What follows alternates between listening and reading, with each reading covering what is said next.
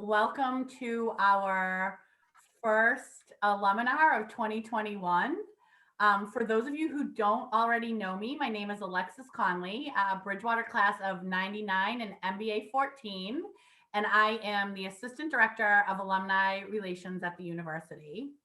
On behalf of our office, I would like to welcome you to today's virtual Aluminar series, A New Year, A New You, the importance of conscious eating in maintaining health, a discussion with Dr. Rhonda Trust, who is my fellow classmate and coming to us all the way from sunny Florida today.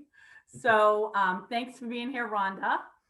And before we begin, there are a few important housekeeping items that I'd like to address in order to make this a great Zoom experience for everyone involved. First and foremost, I must mention that this presentation will be recorded for future use. In the top right corner of your screen, you will see two viewing options, full screen and speaker view.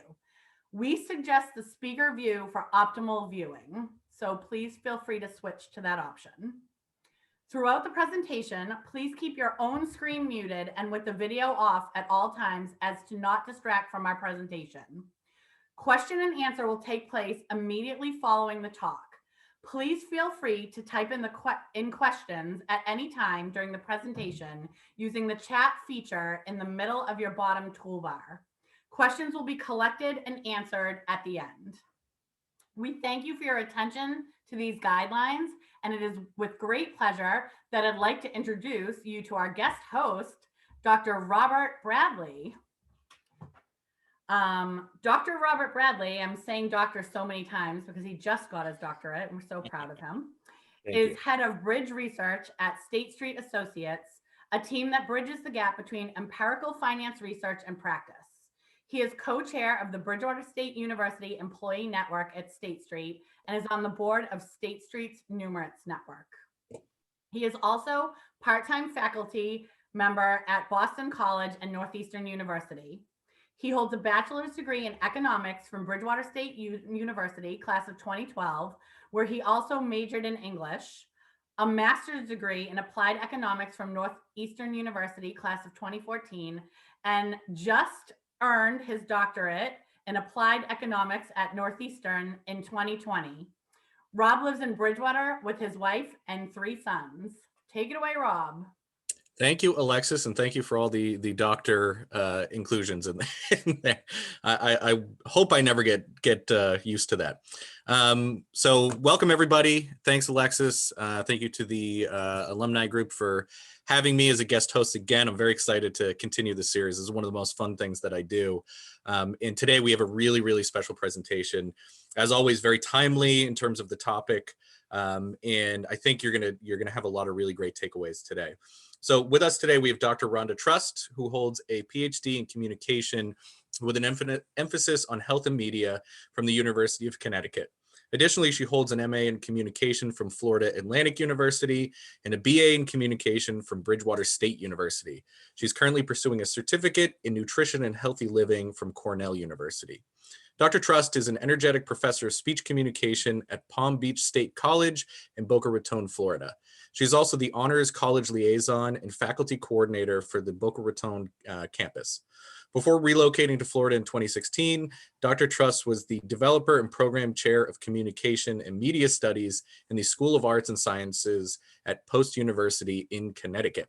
Over the past 20 years, Dr. Trust has taught at several colleges and universities, including Florida Atlantic University, University of San Diego, University of Connecticut, Fairfield University, and Boston University.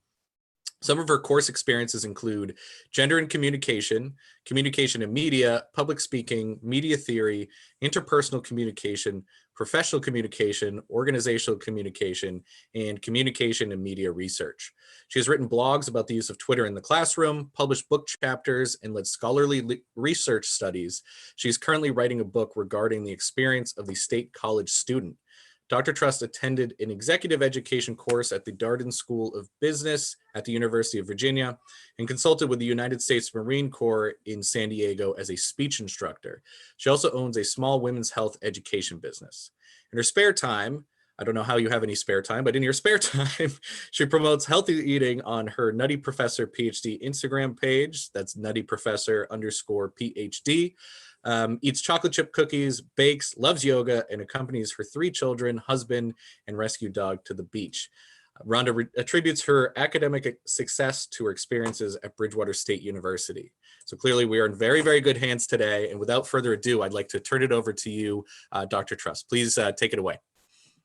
Wow, well, thank you so much, both Alexis and Dr. Bradley, for welcoming me home to Bridgewater State University. I am so proud to be a bear. Bridgewater, before I get into my presentation, I can honestly say Bridgewater truly made me who I am today. It was when I stepped foot on the picturesque New England campus in the fall of 1995 that I realized that I wanted to be a professor. I had the best experience during my 4 years, academically and socially, but I loved the liberal arts education that I acquired, and I was able to take classes that I may have not taken somewhere else. For example, I was really close to a health minor because I always loved looking at the relationship between communication and health, public health specifically, and took my first health and nutrition class ever at Bridgewater. So here I am back. Thank you so much for having me host. I'm going to share my screen. So let me know if you can see it. I assume you can see it now. Okay, so a new year, a new you. It is 2021, and I really feel positive and optimistic about this new year. I feel that 2020 was a learning experience for a lot of people, and a good way for people or society to reflect on our health, public health, because of the global pandemic. So I feel that with 2021 now here, we all have a chance to improve our baseline health.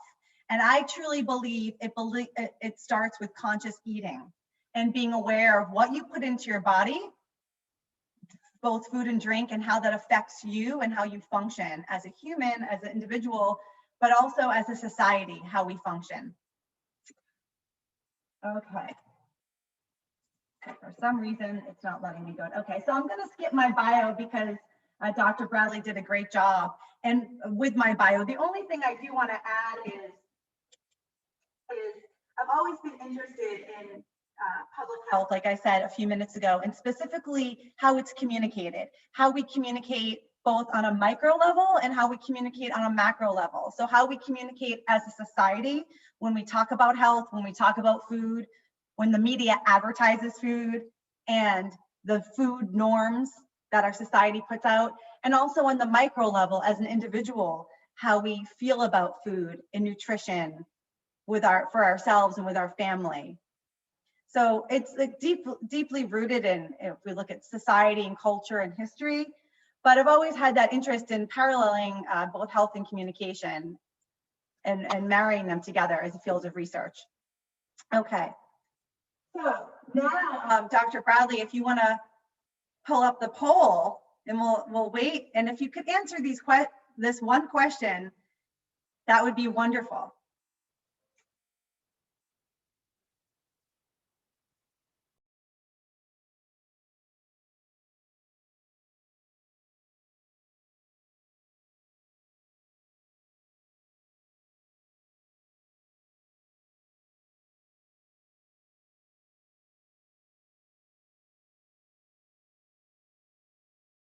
Okay, great. So 71% have heard of the term or familiar with the term, and 29%. Okay, that's great. So what does this term conscious eating actually mean? So I'm going to take back my screen if we can.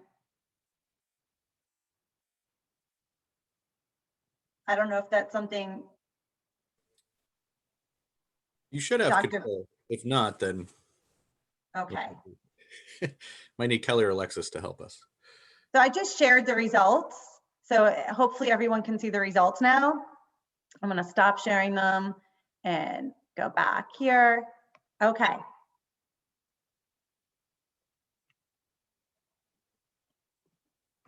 Okay, here we go. So conscious eating is actually being aware of what you put into your body. So mentally being aware of what you're putting in, both food and drink. Okay. Does this really happen? So we're going to talk about that throughout this presentation. Do you really stop and think about the consequences, both positive and negative, of what you're putting into your body when you take a bite of food or when you take a sip of liquid? Conscious eating also includes knowing when you're hungry and knowing before you're hangry. Is everyone familiar with the term hangry, which is a combination of hungry and angry? Because it actually is true. There are several physiological changes that happen to our body. Our brain sends messages through via our nervous system to our body when we're not getting food we need to function, to survive. So that's actually true. That's actually a valid excuse. If you're acting hangry, it's actually legitimate. And also knowing when you're full. And if we look at our country, America, the United States, has one of the highest obesity rates in the world, in the industrialized world especially. When we compare ourselves to other countries with a vegetable, plant-based, or a cleaner diet, we see very low rates of morbidity and obesity as well.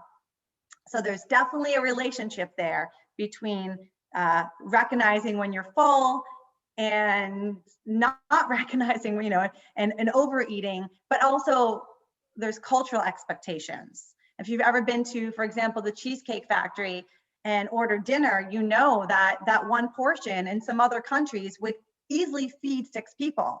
So it's not just individual we're eating big, it's a whole societal concept of food and waste and overeating. Okay, so let's talk a little bit about science. And I just want a disclaimer. I am not a medical doctor. I don't play one on TV either. I am a professor, I'm a social scientist. So I have a PhD, a social scientific degree from UConn, which is quantitative based. So I had to complete many quantitative statistical based studies in order to complete my degree. I'm not a medical doctor. I look at facts, I look at research. And I also look at alternative research. And for a lot of my studies, I've consulted with the NIH, the National Institutes of Health, and their division of complementary and alternative medicine, because it's very interesting. If you're interested in that alternative medicine and from a fact-based perspective, the NIH does have a really cool website to check out. But recently with my studies at Cornell, I'm really learning and I just want to say that the course that in the certificate I'm taking at Cornell was created by a nutrition professor who actually has his entire background, academic background in psychology. Although he's been teaching nutrition at Cornell for about 40 years, his background is really psychology, his education is psychology. And at first I was like, wow, that's an interesting connection, but it's really not, because there's so much psychology that goes into how we behave with food and how we think about food and how we consume food and how we feel about after we consume food. So now I recognize, as I'm working through this certificate, I recognize the connection between psychology, healthy living, and nutrition.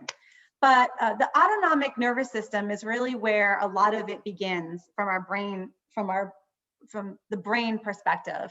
And we have the sympathetic branch, and this should be reversed because I want to talk about the parasympathetic the most. But the sympathetic branch was really like known as the fight or flight syndrome. It controls autonomic responses to stimuli, prepares the body for food, and prepares the body to combat the outside world for survival. The parasympathetic is more of the feed and breathe system, where we have more emotion attached. We talk about preparing the body to take in parts of the environment, such as food.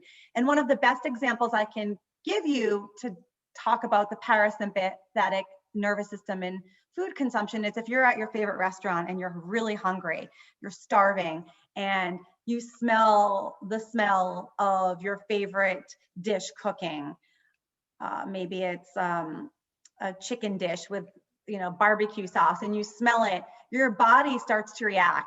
And that's your parasympathetic nervous system kicking in. Your mouth starts to water, your stomach, the gastric juices start to become activated, and you start to really crave that meal. And then maybe after you eat and your palate starts to crave something sweet, you're thinking about dessert, and someone ordered a cappuccino next to you and you smell that scent, and that triggers a whole other response.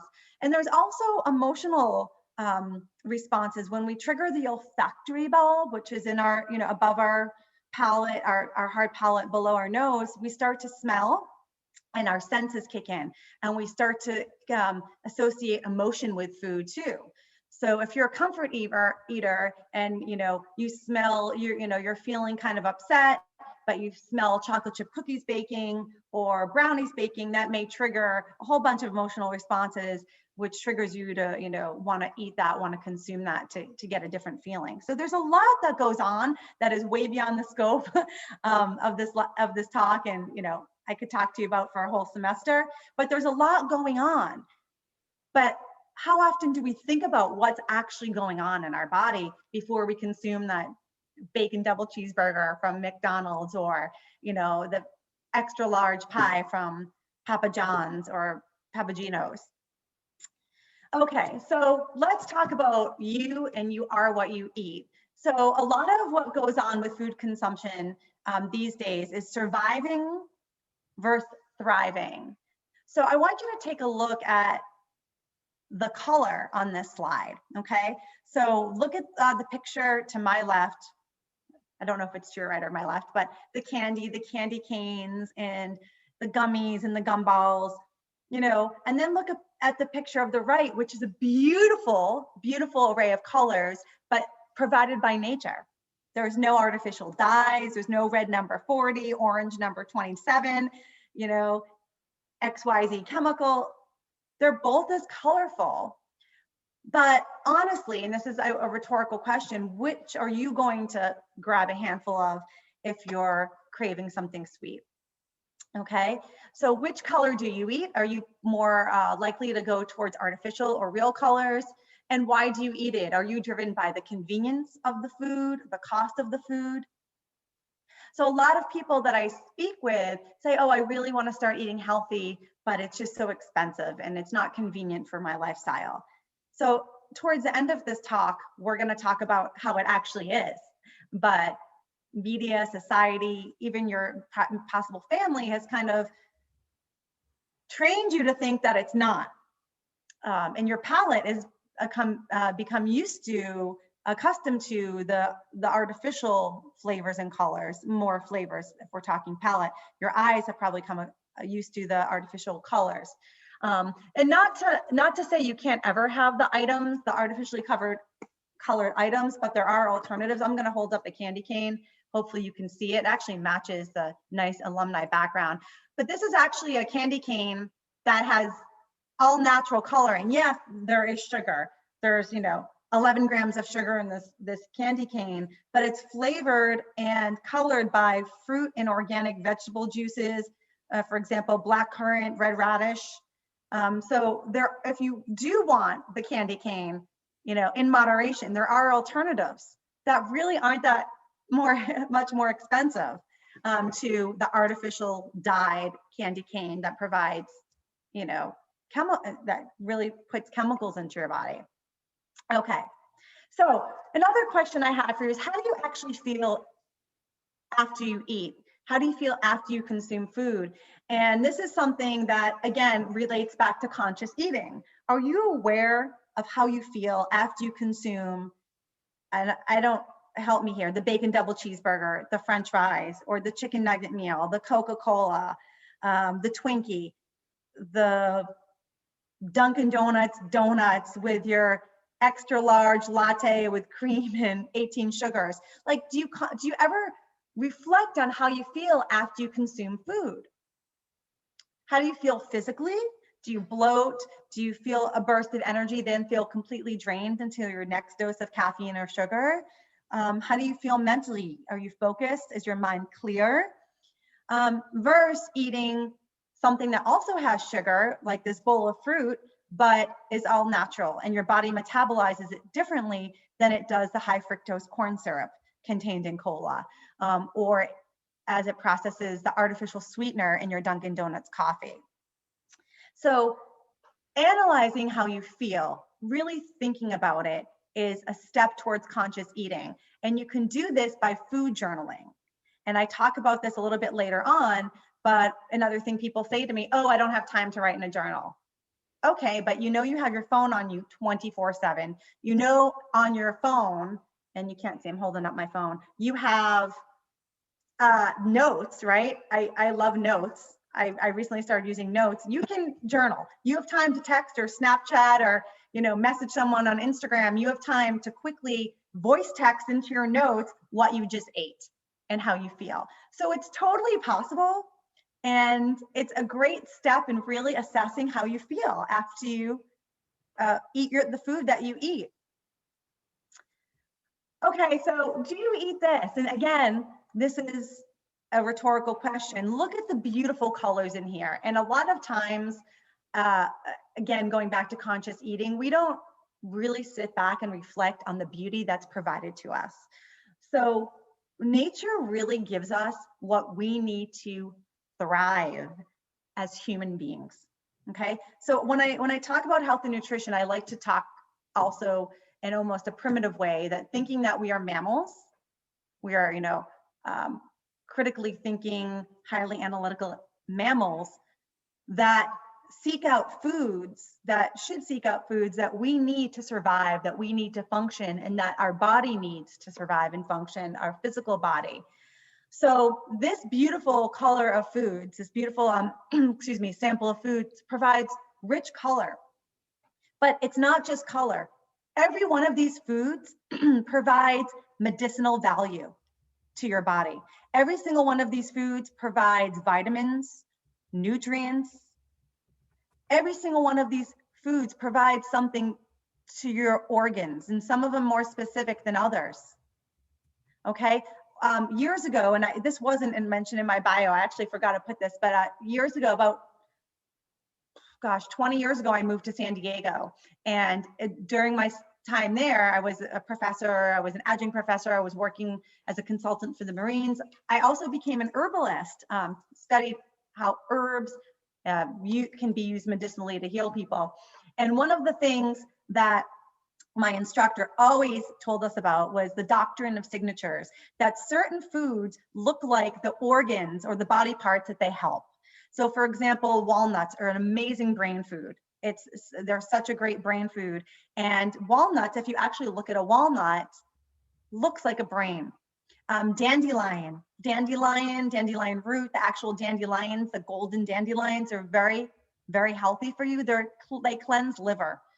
And really, they're the color of bile in a way, that color. There are so many foods that provide the doctrine of signatures, and it's a really, really cool concept to research. But going back to this beautiful selection of foods, all of these foods provide you with antioxidants. Many provide vitamin C, vitamin A, minerals. There's so much to be said for these foods, and these are convenient foods. So you always want to consume food for the most nutritional value, for the optimal value that you can derive from food in its whole form as much as possible. Okay? The whole form without it being manipulated. So I just saw an advertisement actually this morning for Dunkin' Donuts doing now like a veggie sausage patty. And I don't know if this is new or not. But I saw it randomly today, and I don't typically ever watch TV, but I don't know why it was on. I saw this commercial for this veggie patty. So yes, it probably consists of some broccoli and some spinach, but it's not in its pure form. It's been manipulated, right? It's been manipulated to be put in other form for the consumer. So anytime you manipulate food and you don't consume it in its whole form, you're not getting all of the nutrients. You're getting some of the nutrients, but you're not getting all of the nutrients. So that's something to consider too. And these foods are convenient and they're easy, but they're overlooked. Like they're not even, for a lot of us, in our realm of, okay, I'm hungry or I'm packing snacks for the day, what can I pack? Okay. Food is also medicinal and it's preventative. Look at what's happening to us, okay? The coronavirus is a global pandemic, and we know that it affects people differently, okay? But we do know, and research shows, that people with higher, with more comorbidities have a greater chance of being negatively impacted with COVID, okay? So now is the time more than ever and a lot of people call it the Great Awakening, that we're starting to awake as a society and be conscious of what we're putting into our body, and the importance of having a sound baseline, a healthy baseline, should it get invaded with a virus, with bacteria, with a disease, that we're in a better position to fight it off than we would be if we're consuming high fructose corn syrup, lots of meat in a mostly meat-based diet, lots of processed food, lots of fried food, lots of fast food. If we're eating cleaner and eating healthier, we have a better chance of being prepared for this viral infection or for a bacterial infection. And we have a better chance of, we're in a better position to fight it off. And that's, research-based. You can also look at other societies, because it's a global pandemic, that have been impacted by COVID. And you can look at their survival rates. You can look at how negatively they've been impacted, how they've been affected, okay? And the relationship between long-term effects of diet and exercise. But there are things we can do. So one of the things that I suggest that you can start doing today to be more conscious of how to keep your baseline healthy is, and this is simple, under $10, you can get this. You can use a recycled jar, okay? I'm holding up a mason jar. I drink out of mason jars a lot. I love the taste of drinking out of a glass jar. It's just a cleaner taste, but you can grab an extra old jar from your house. You can get honey. The best kind of honey is always local, because local honey contains all the local allergies in your area. And research shows that if you do a tablespoon of local honey a day, you're more likely to build up a resistance to local allergies. So if you can purchase local honey at a store, from a farmer's market, a green market, that's even better. And peel garlic, or you can even purchase already peeled garlic and dump it in this honey jar. So this is what I call my pre-antibiotic savior that I have in my house. I keep a glass full of honey infused garlic infused honey, honey infused garlic. And it's what we keep. And if anyone in my house feels like they're getting run down, we pop it. We pop a piece of garlic, and also the honey is poured into hot water with lemon. So this is something you can even do it daily during cold and flu season, which during a global pandemic, I guess every day is kind of like viral season, and take it daily. And that is something really basic that you can do to keep yourself well. Honey and garlic have a plethora of antiviral and antimicrobial and antibacterial properties, and they've been used ancient times. Like the Bible makes reference to honey and garlic. It's really, really, really an easy, holistic medicine to have in your kitchen cabinet. So start thinking about what you can do daily, these little things that you can do daily with food for prevention. Onions are great, especially red onion. And red onion is great. I have one right here. You can eat it raw. Again, anytime you're consuming most foods, most plant-based foods in their baseline, their raw form is best. But of course, cooking food does bring out nutrients as well in certain foods if you're not overcooking, but that's an option. Many cultures eat and cook medicinally. They cook for medicine. What comes to mind immediately is a lot of Indian cuisine. Look at the ingredients in Indian cuisine, the spices used, the vegetables used, the herbs used, medicinal. So a lot of cultures already participate in medicinal cooking. I'll get to my Instagram page later, but that's just a reminder for me to tell you that I often post pictures of foods that can be used, that are used for medicinal and preventative uses. Okay, so I want you to reflect back to yourself and think about your choices and how your food choices contribute to or influence your daily production. I don't want to say lack of production, but your daily production. I mean, we all know that if you have maybe a night of too many cocktails and then fast, greasy food after, you may not feel the most productive the next day. And the reason is that your body's processing that in a different way. So the digestive process is really interesting. It starts in your brain in something called the cephalic phase. And that's when the salivary glands get activated, your stomach produces enzymes, and then the food gets digested by your mouth or masticated in your mouth, chewed up. And then it goes down your esophagus, and the esophageal sphincter opens up into the stomach to allow the food to complete digestion in the stomach. And that's when the stomach really, and this is why gut health is so important in fighting any viruses and bacteria, is the stomach is filling with acid to kill any foreign bacteria and it continues to break down the food. Lipase is activated, gastrin, mucoproteins, ghrelin is produced and begins to stretch the stomach, and that's when our blood glucose levels rise. So it's a whole process.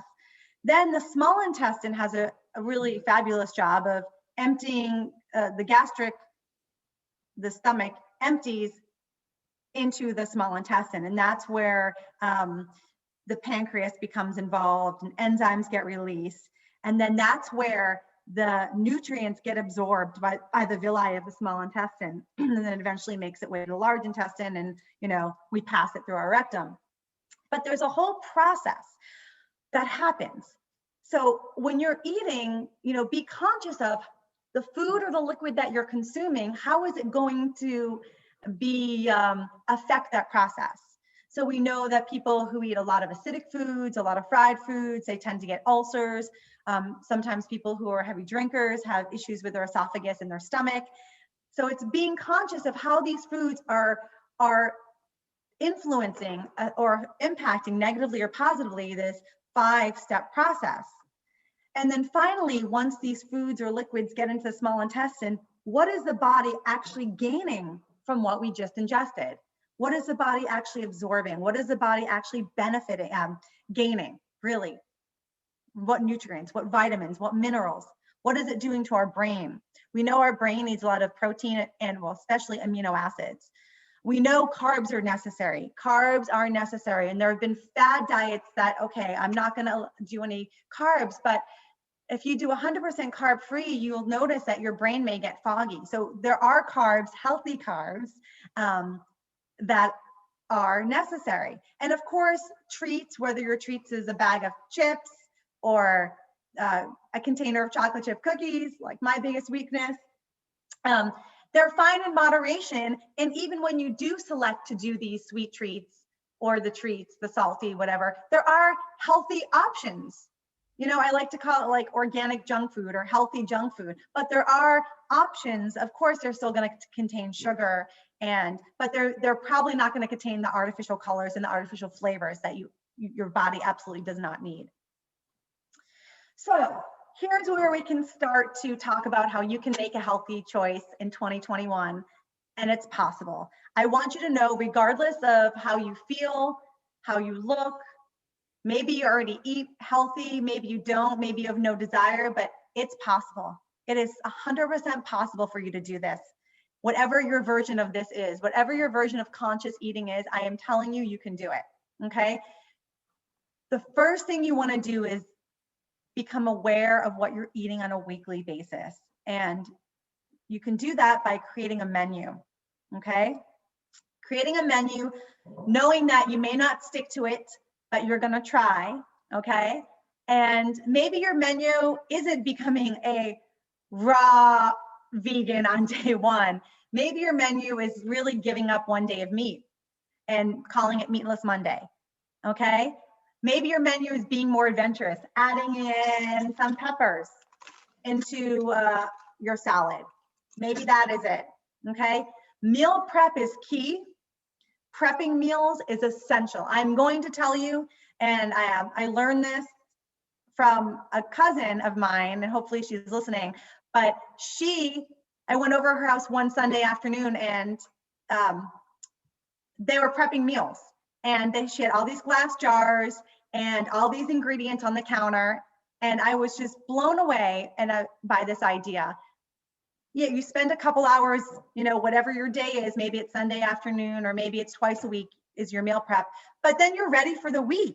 And it's really, really helpful. It's really convenient when your lunch is prepped, and you prep the most you can prep. Obviously, if you're cooking food, you know may not be able to prep that, but you can at least, if there's vegetables in it, prep the vegetables. You want to definitely set a time for meal prep, because if you're prepped, you're going to mentally feel that you can do it. You're going to mentally feel more positive to it, that it's actually going to happen. So it's salient to prep meals. And you can still engage in really delicious eating. There are so many menus out there, so many food ideas. You know, we have Instagram, we have Pinterest. There's so many places where you can go and get healthy meals, easy meals within your budget meals, okay? What is so important, which I mentioned earlier, is food journaling. And that really should have been on the slide, but even before you create a menu, maybe spend 2 or 3 days journaling what you actually eat. And like I said, you can actually have like a physical journal where you're writing, or you can use your phone and literally type into your notes, you know, I just ate a bacon double cheeseburger and fries, and then I had a salad. You know, voice text into your notes, food journaling. That's going to give you the best reflection you can get, the best picture you can get, and hopefully you can be a little bit, you know, gentle on yourself. If you see that you're eating foods that aren't necessarily healthy, know that it's a great start, that you're at least step one, you're recognizing what you're putting into your body, okay? So how do we make conscious food choices? You know, after you food journal, and when you know, after you create your menu and start to meal prep, think about what you want to do. Think about how you want to make it easy. So if you're working and you're hungry, you're working from home, many of us are working from home, and you're hungry, and you have like 18,000 meetings and emails and phone calls before you have to end work for the day. What's convenient for you? If you have a bag of Cheetos and you're hungry, you may go over to your cupboard and grab that bag of Cheetos. And if you ever look at the ingredients on a bag of Cheetos and do research on those ingredients, you may think twice about feeding them to yourself or any of your family members. Or do you have cheese? Okay, if you eat dairy and you have a piece of cheese in the house, that's actually going to be more beneficial for you and for your brain, for your body. You're filling it with protein rather than the Cheetos. Fruit roll up or fruit. So I have 3 children, and recently a child was at my house, a guest, and asked if I had fruit roll ups. Oh, I think I offered fruit. I said to the kids, do you want blueberries, apples, clementines? What do you want? And the child asked for a fruit roll up. And I said, well, that's great, but we don't have, I'm glad that you want that. I'm glad you expressed that you want a fruit roll up, but we don't have that at this house. We have these other alternatives. So the child, for the first time ever, tried a piece of a clementine and loved it. Now, before I totally trashed fruit roll-ups, you know, I am a child of the 80s. I remember bribing my parents to get fruit roll-ups and then feeling sick after. I always had really negative reactions to artificial colors. They do make, Whole Foods, Trader Joe's do make, you know, natural fruit roll-up. So if you want to indulge in a fruit roll-up or provide one to your family member, there are natural alternatives. But try to introduce the whole fruit. Try to, instead of the strawberry fruit roll-up, actually introduce a strawberry. Okay, make it fun. There's a lot of things you can do. There's a book by Jessica Seinfeld called Deceptively Delicious. I actually have it in my kitchen, and it's about disguising these foods so your child will eat them. Now, I'm a big fan in like not having to disguise it, but I've done it before. My children went through a phase where they wouldn't eat green things. So I made banana bread and I pureed spinach and put it in the banana bread. So they were eating the spinach. Again, they're not eating it in its whole raw form, but at least they're consuming the spinach and gaining the chlorophyll and the calcium and the other nutrients from the spinach. So it's a great book to check out, and I can, you know, provide that the book title to you again later. Soda. I have a friend, and I know when she gave up soda, it was life-changing. She wasn't even trying to lose weight, and she lost about 15 pounds just giving up soda. She switched to honey lemon water. So instead of soda, she put a little bit of honey in her water and lemon or lime, flavored it somehow, and that became her beverage of choice. Now, it will take time. What is the most addictive substance in this world? It really is sugar. Okay, we're addicted to sugar. Think about how many things we consume with sugar. And it didn't help in the 60s and 70s when high fructose corn syrup was infused into most commercial foods. High fructose corn syrup is sugar, it's corn sugar, and it's highly addictive. It's highly addictive. What is an ingredient in most soda? High fructose corn syrup. So we're all addicted. We're walking around addicts of sugar.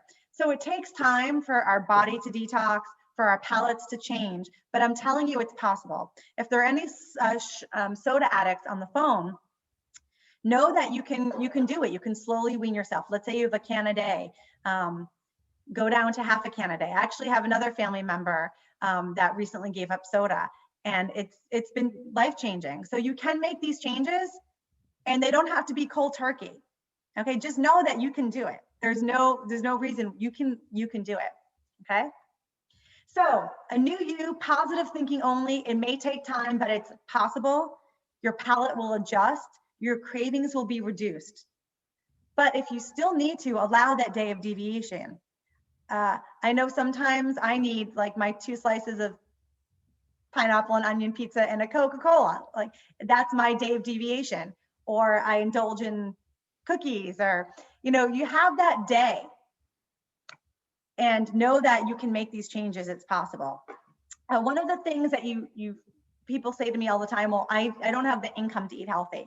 And I think that's an excuse. There's if you want to check out a great program in LA, and a lot of cities do this, it's called Urban Gardens LA.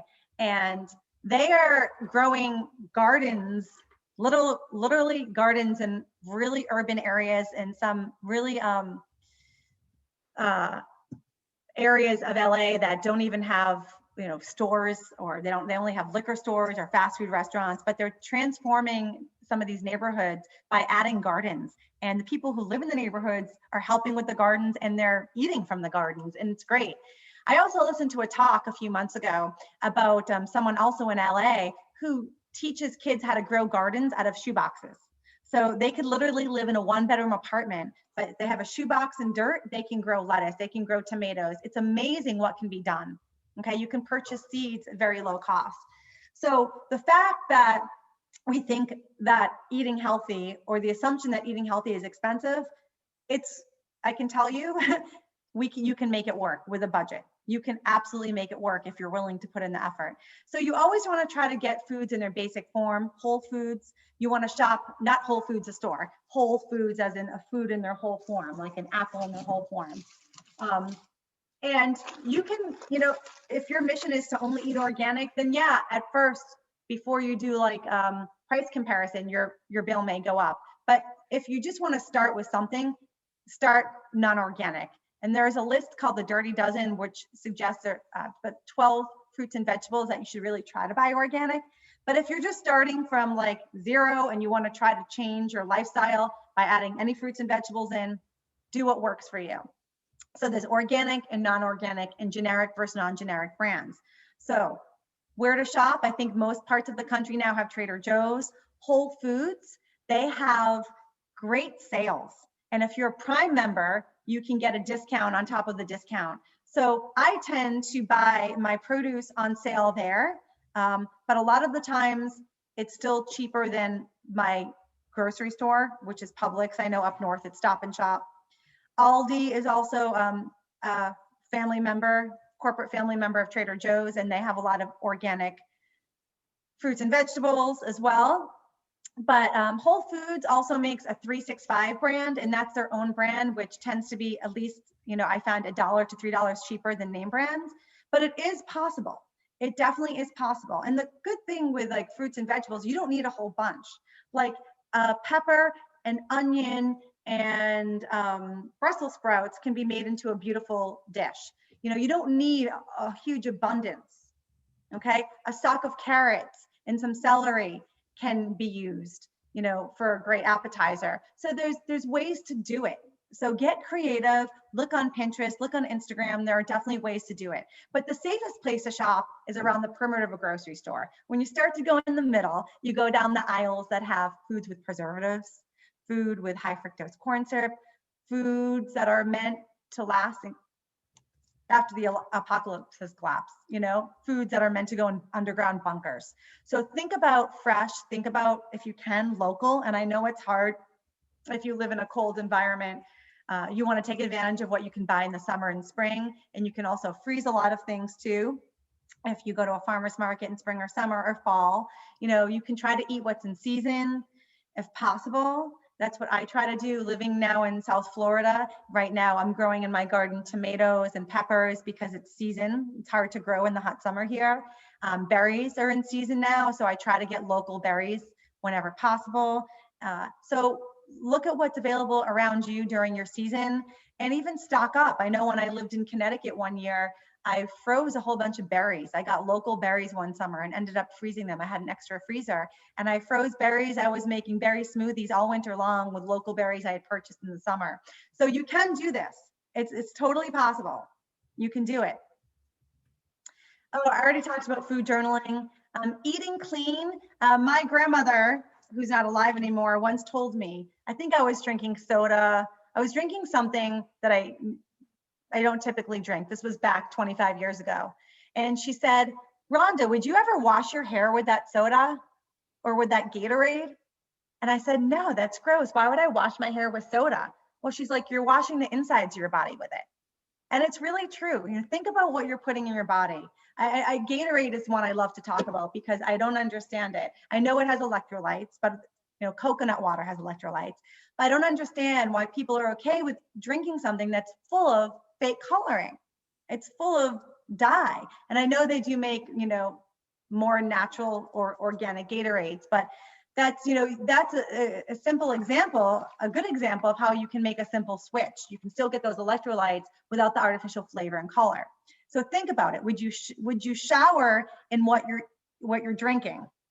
If the answer is no, then why are you showering the inside of your body? So eating clean and reaching goals. Like when you set your goals for the week for your menu, make them realistic. Like I said, you may not, if you try to become a vegan or a raw vegan tomorrow, that may not work out.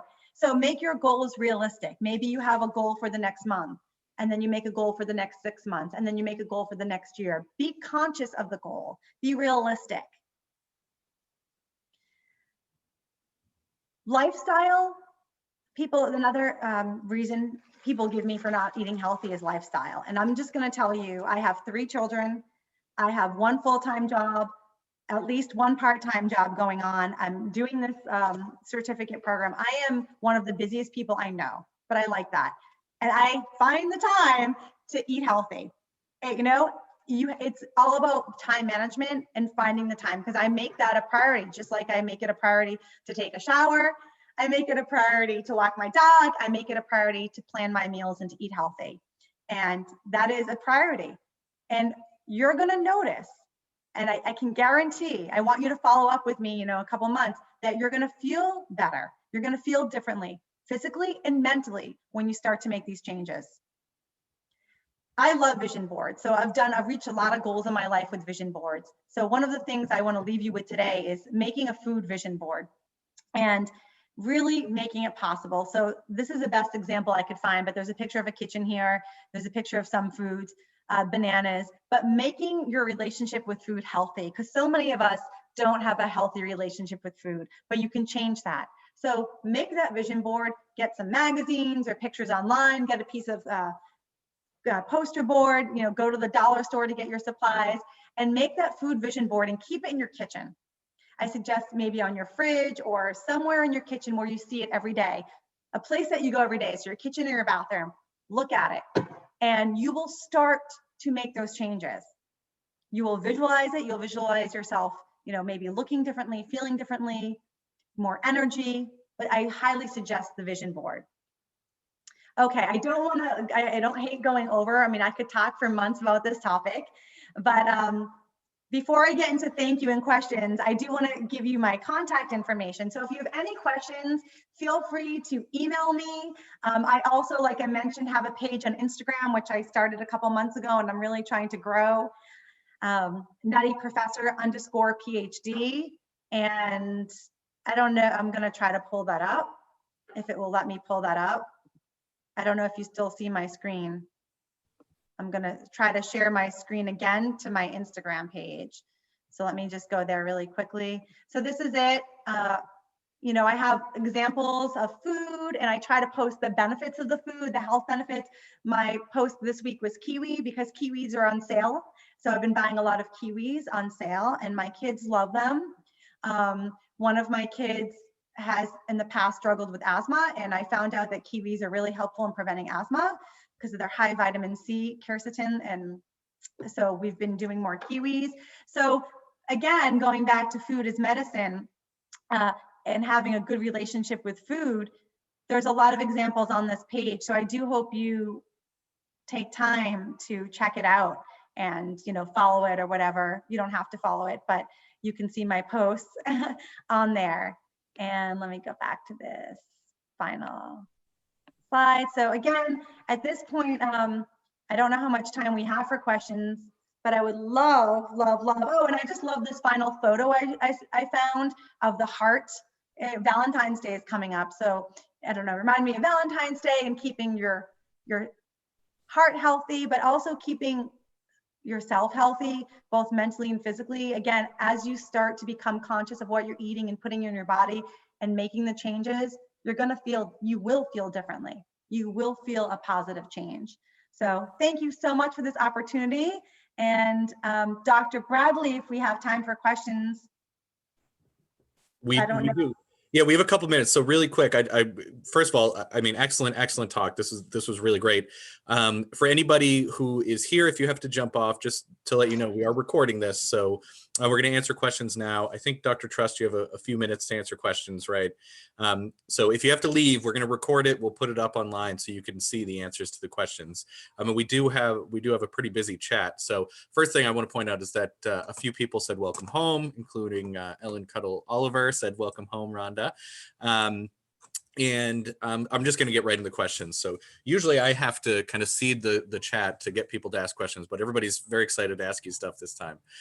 So first one is, do you have any thoughts or opinions on water versus like carbonated water? So even just purely carbonated water or something like a polar seltzer that might be flavored with natural juices. And, you know, is it enough to be kind of conscious of the amount of sodium in there, or is there something else that people should be considering?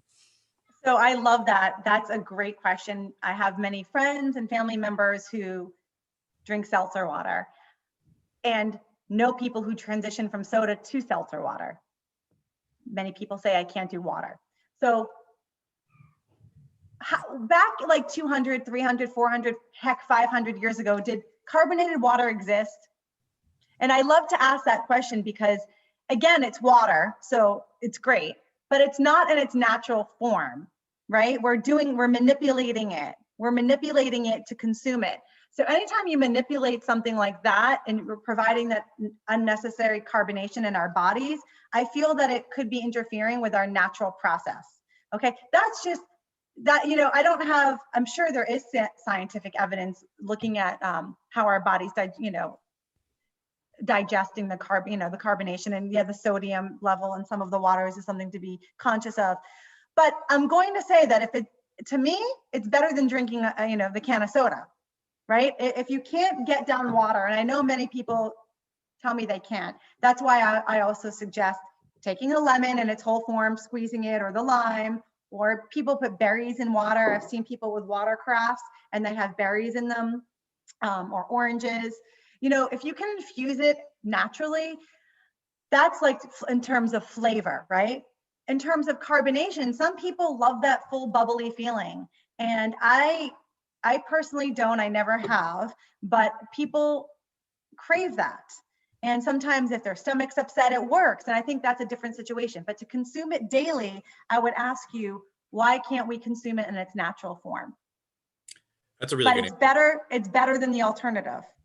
So yeah, maybe it's a stepping stone or something like that when you're trying to change your habits, as you kind of mentioned, that taking that small step, that first step, it's going to feel similar, maybe taste similar to soda, but obviously minus the 76 grams of sugar in a 20-ounce bottle.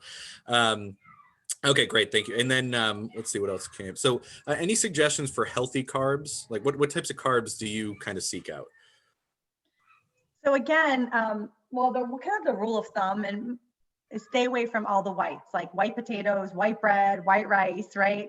Right. Anything that's bleached, anything that has uh, been heavily manipulated.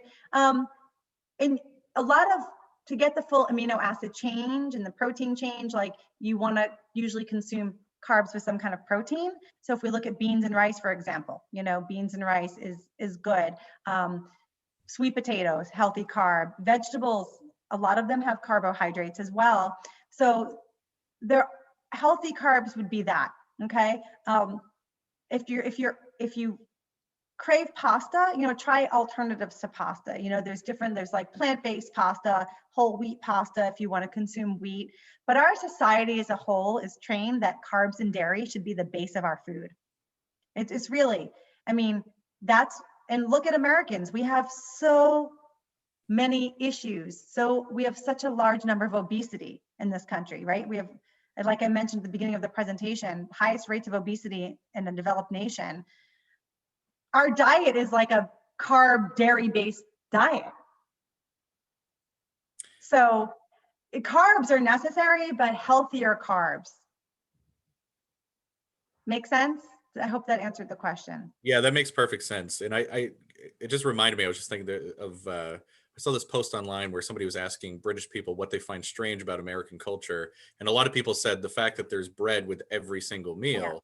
And, to be fair, the Brits aren't known exactly as like the healthiest eaters on the planet either.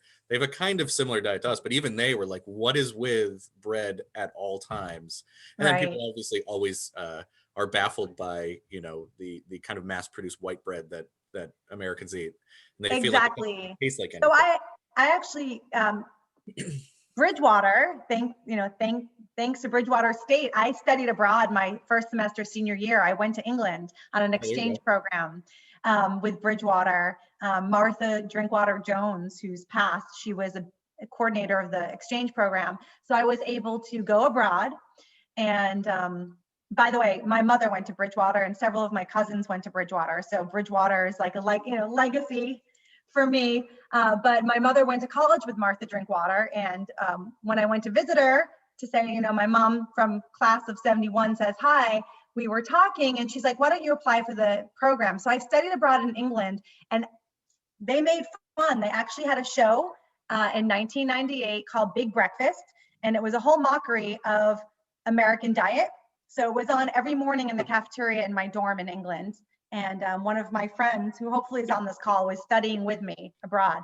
And we would be made fun of every morning because of what we consumed. Now, the portions there were much smaller. And in my opinion, healthier. Like they had, for example, the jacket potato or baked potato was filled with vegetables. Beans were a big deal, beans on toast. So that protein on toast. They ate something called Marmite, which is fermented yeast. It has a lot of health values as well.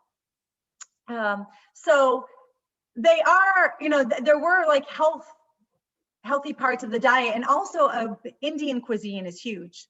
It's called curry over there because of the large population of Pakistani people and Indian residents. And the food is pure and authentically cooked. So definitely it's in smaller portions. Even the sodas were smaller. So it definitely is that you mentioned that it's really interesting. You couldn't get a bucket of soda in the UK because you can get that here.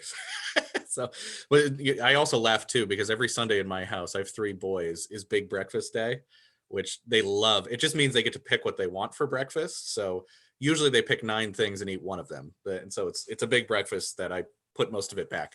But now I know I'm being made fun of by Brits. All right, so I'm going to ask one more question, I think, and then if anybody else has something they want to ask, then they can, I think, reach out to you. You shared your contact info. They can reach out through the alumni office, and we can get them in touch with you as well. So I was curious. You've talked about eating food kind of in its base form, its raw form, as much as you can. Like that's kind of a good rule of thumb, and that there is a point at which you can cook or manipulate the food into something unrecognizable, right? So a very heavy veggie patty from Dunkin' Donuts, whatever spinach is in there is probably not providing any of the nutrients that spinach normally does. Is there a rule of thumb in terms of, I don't know, maybe it's probably different by food, but is there a way to think about manipulating your food? Like obviously there's certain things you do want to cook or you prefer to cook, Right. but is there a point where is it more like what you add to it, or is it more like the kind of destruction of the actual Yeah. food itself, or is it a little bit Right. of both? So it really depends on the food. Like for example, sweet potatoes, you obviously want to cook them, right? But do Yeah, you want to boil, do you want to boil them, chop them up and boil them, or do you want to roast them? right. Right? So this kind of like, you really shouldn't boil foods. That's kind of one of the, but there are some foods like that get like, the enzymes get released and everything gets manipulated, caramelized. Like sometimes if my kids aren't feeling well, I'll cook up onions and garlics, olive oil and honey till it becomes caramelized. And then they eat it like candy because it's sweet. And I've kind of released those healing enzymes, those properties in that process of, putting it on the stove and letting it simmer with the olive oil and the honey. So, right. But there are, values of eating that raw as well, although the stomach may not like that as much, right? If you're eating a piece of raw garlic, you may have more of a reflux and a digestive issue, depending on, I know people who don't have issues. But so sometimes when you're kind of getting the food ready, by cooking it and releasing the enzymes, it might be easier on digestion without the issue of overcooking it or over manipulating it. Gotcha. Yeah. So it sounds like a lot of this is kind of a bit of just trying little small steps, right? And seeing Mm-hmm. what works for you. But just because we're over time, I do want to stop and thank you. I mean, this was really, really fascinating. I got to say at the beginning, it felt a little overwhelming between the emotional, physical types of things we've been conditioned to like. I mean, just the idea that you would prefer, I looked at that picture of candy and the regular fruit. Is like, I like fruit better than candy, but I can't stop looking at the candy. So Right. even that was for me like, oh, okay, that's really good to be aware of. So I appreciate taking us from there and step by step saying, okay, here's how you get to a point where you are really consciously eating in a way that's good for you. So thank you so much. This was really, really eye-opening, and I learned a ton. I know everybody else did as well.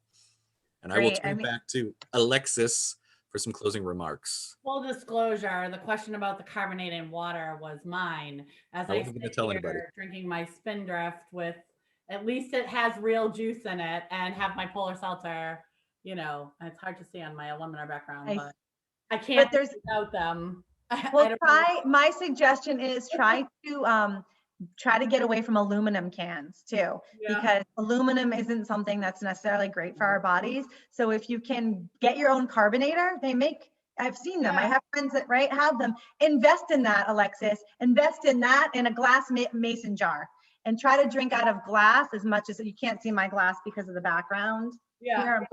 But I'm holding up a mason jar that used to be a pasta jar sauce. I Yeah. literally ran it through the dishwasher and I drink out of glass.